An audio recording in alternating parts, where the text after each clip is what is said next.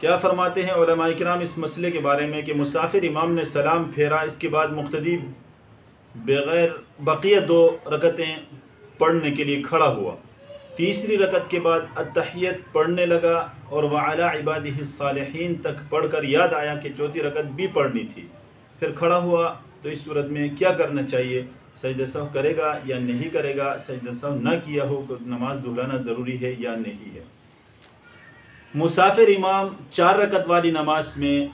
2 رکعت پڑھ کے سلام پھیرتا ہے، اس کے پیچھے جو مقیم مقتدی ہیں 4 رکعت انہوں نے پڑھنی ہے، تو وہ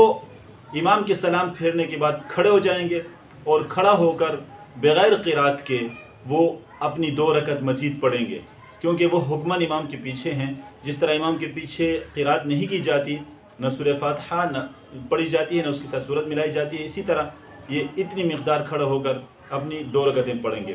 اب ان 2 رکعتوں میں یہ چونکہ امام کے مقتدی شمار ہوتے ہیں، قرات نہیں کرتے، جس طرح امام کے پیچھے قرات نہیں کی جاتی اس طرح یہ قرات نہیں کرتے، تو ان 2 رکعتوں میں اگر کوئی غلطی بھی ہو جاتی ہے تو سجدہ سہو ان کے اوپر لازم نہیں ہے۔ لہٰذا یہ جو مسئلہ پوچھا گیا اس کے اندر یہ ہوا ہے